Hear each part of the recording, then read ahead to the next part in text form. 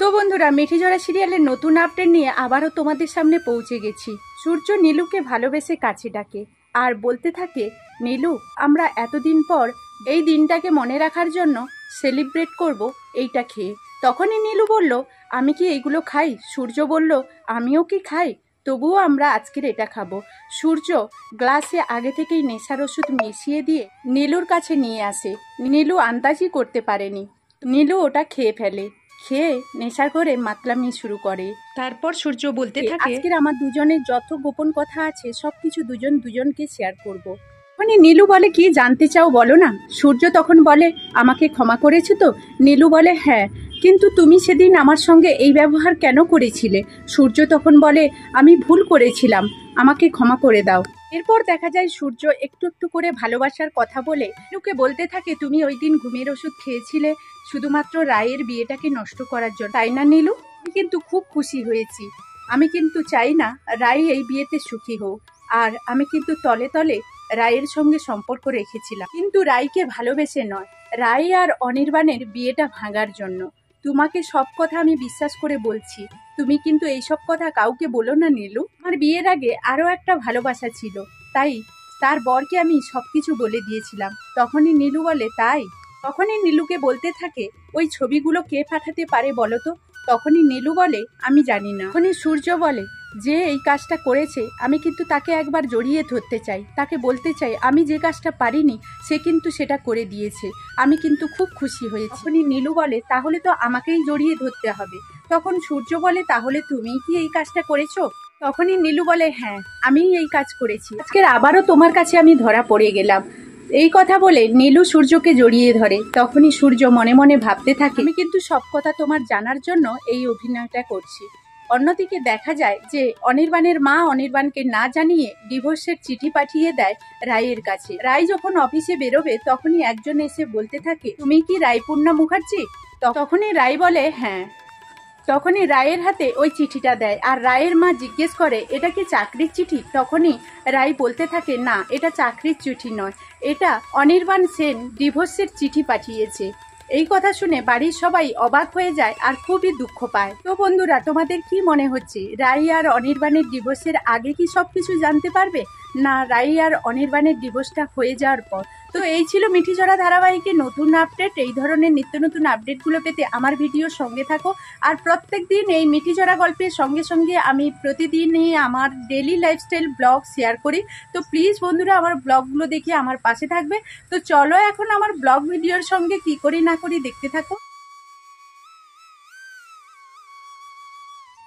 ছেলেকে আজকের বাড়িতে রেখে দিয়ে আজকের আমি সকাল সকাল কাজগুলো মোটামুটি শেষ করে নিয়ে গরুর ঘাস কাটতে বেরিয়ে পড়লাম।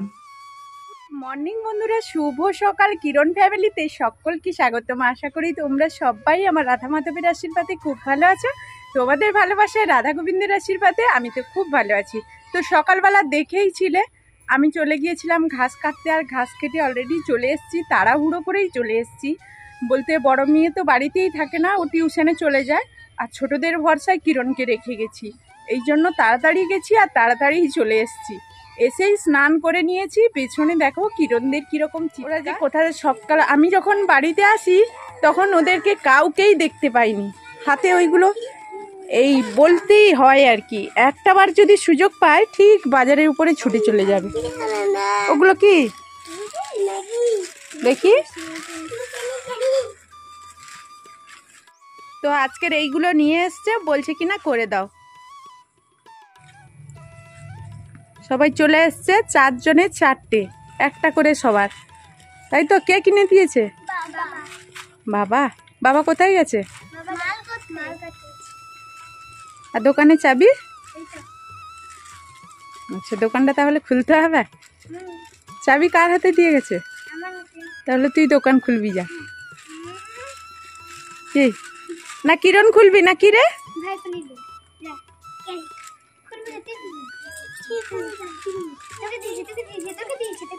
কেউ দায়িত্ব নিতে পারবে না। আমার কিরণ তো একটা কাজের দায়িত্ব নিতে পারবে না।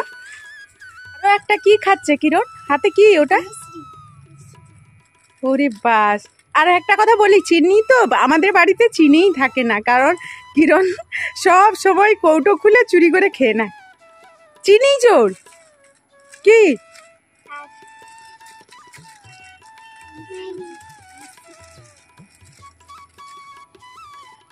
আজকের কিন্তু ওই যে নুডলস নিয়ে এসেছিল, ওইগুলো তৈরি করছে এখন।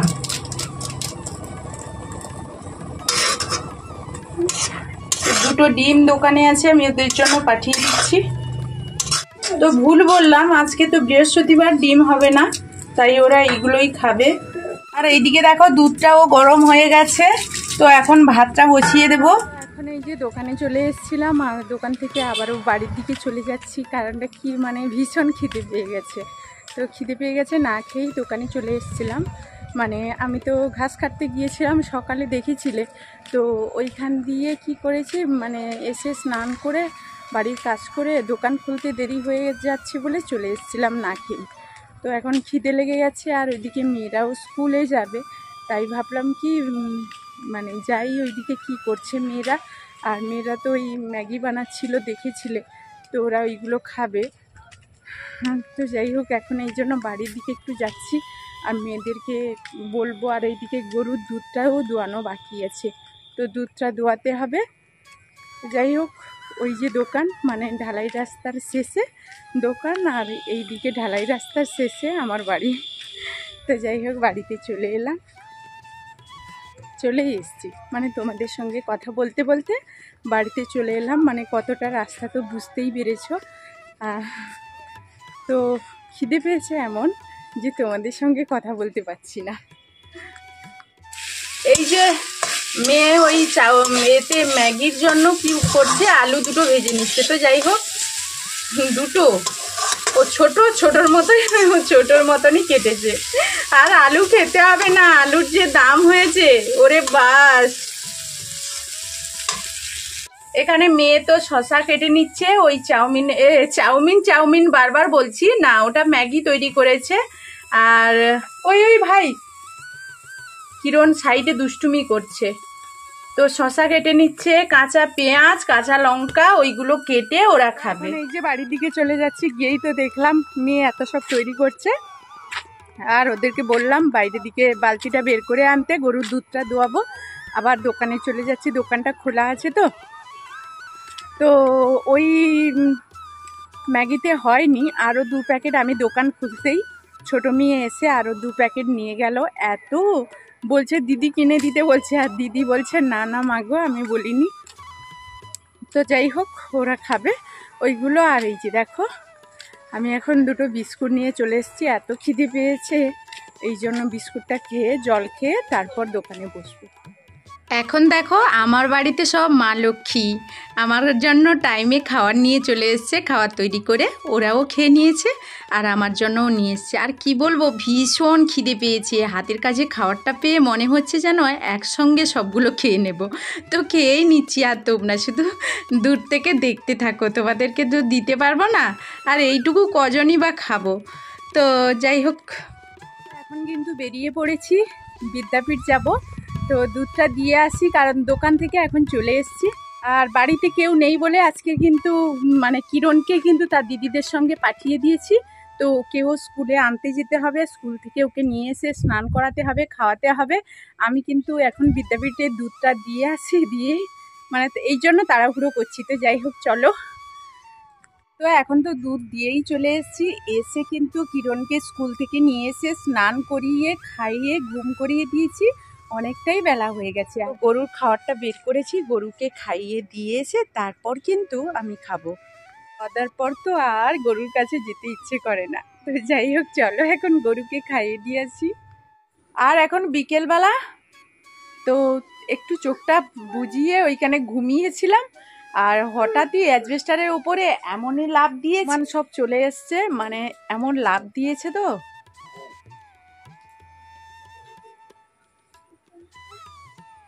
যে দেখো কত হনুমান এসেছে, আমি তো ভয়ে একেবারে চমকে ঘুম ভেঙে গেছে একেবারে দুপুরবেলা। আমি মাত্র চোখটা বুঝিয়েছি, আর অ্যাজবেস্টারের উপরে এমন লাফ দিয়েছে, মানে ঘুম ভেঙে গেছে ভয়ে। কি হলো, তারপর ছুটে গিয়ে মানে বেরিয়ে আসলাম, না দেখলাম এই বাবুরা এখন মানে দুপুরবেলা চলে এসছে। আরও ওইদিকে সব আছে।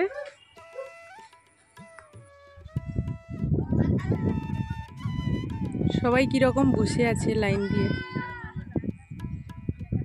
আর ওই পাশ দিয়ে তাড়াচ্ছে সবাইকে।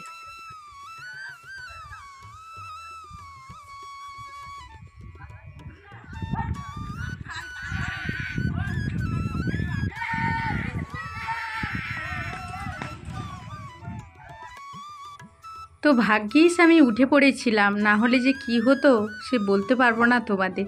মানে কত ক্ষতি করবে এরা সারাদিন, কি বলবো। এই যে দেখলাম না কলাকান্দিতে হনুমান এসে লেগে গেছে, তো কলাকান্দিটা পাকলেও হয়ে গেছে, তাই ভাবলাম কেটেই নিই, আর কটা দিন রাখতাম, একাদশী দেখেই কাটতাম। কদিন আগে কেটে নিলে আমি একাদশীতে খেতে পারতাম, কিন্তু হলো না, হনুমানের ভয়ে তো কেটে নিতে হচ্ছে। আর এই যে এখান থেকে এখন যে কলাকান্দিটা নিয়ে যাব না, এই পাতাগুলো কেটে নিচ্ছি, গরুকেও দেওয়া হবে। আর এর ভিতরেই অচ্ছাড় করে মানে লুকিয়ে তবে কলাকান্দিটা নিয়ে যেতে হবে, কারণ সব ভক্তরা একেবারে চালের ওপরে বসে আছে, একবার যদি দেখতে পায় ছুটে আসবে। মানে আমি যে কলাকান্দি কাটতে আসছি, তো কি ভয় করছে তোমাদের কি কথা বলবো, দেখতেই তো পাচ্ছ। আর আমি এদিক ওদিক খুব ভয়ে ভয়ে তাকাচ্ছি ওরা আমার দিকে তাকিয়ে আছে কি না। তো কোনো রকম কলাকান্দিটা কেটে আমি কিন্তু ছুটে নিয়ে বাড়ির দিকে পালিয়ে আসছি, কীরকম লুকিয়ে নিয়ে আসছি। আর এখানে দেখো, তোমাদের বলি না শাক সবজি কিছুই করতে পারি না। ওরা দেখো, আমাদের একটা মাত্র পেঁপে গাছ ছিল, ওই পেঁপে গাছের কটা পেঁপে হয়েছিল ওগুলো মানে সব শেষ করে দিয়েছি। আর শেষ করে এখন দেখো চালের ওপরে সব মানে মারপিট করছে, এর সঙ্গে সে তার সঙ্গে, এই রকমই। আর এই গাছটাতে মাত্র ফুল এসেছে, ওগুলোও শেষ করে দিচ্ছে ফুলগুলো।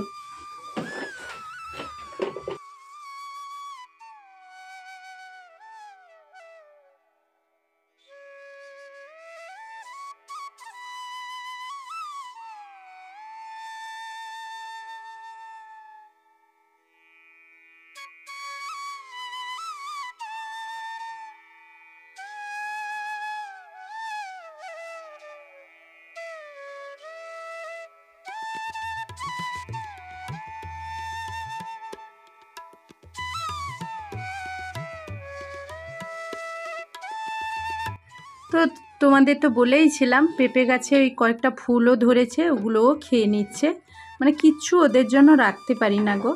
অথচ মানে কি বলবো, এখানেই ওরা যেন একেবারে মানে ওদের বাসা পেয়ে গেছে। তো সবাই মারপিট করছে। আর কিরণকে কোথায় রেখেছি জানো, দেখতে পাচ্ছ না, কিরণকে ঘরের ভেতরে রেখেছি, কারণ ওরা ঘরের ভেতর থেকেই দেখছে, বাইরে বেরোনোর জো নেই। এত হনুমানের কাছে ওরা যে কখন মারপিট করতে করতে ছুটে আসবে, মানে তোমরা ভাবতেই পারছো না, কি হবে ঠিক নেই, কখন যে কি হবে সেটা ঠিক নেই। তো যাই হোক, তোমাদেরকে প্রত্যেক ভিডিওতে বলি না, হনুমান যখন আসে অনেক অনেক, তো একসঙ্গে যদি তোমাদের হনুমানগুলো দেখাই, মিনিমাম মানে 50টারও বেশি হনুমান হবে, এত এত হনুমান আসে। ওই হনুমানদের কাছে কি ভরসায় যাই বলো তো। তো যাই হোক, আজকের ভিডিওটা তোমাদের এই হনুমান দিয়েই শেষ করলাম। তো কাছে গিয়ে যদি ভিডিও করতে পারতাম আরও খুব ভালো হতো, কিন্তু এই যে দেখছো তো কীরকম মারপিট করছে, ওদের কাছে গিয়ে ভিডিও মানে কে কখন ছুটিয়ে নিয়ে আসবে তার ঠিক নেই।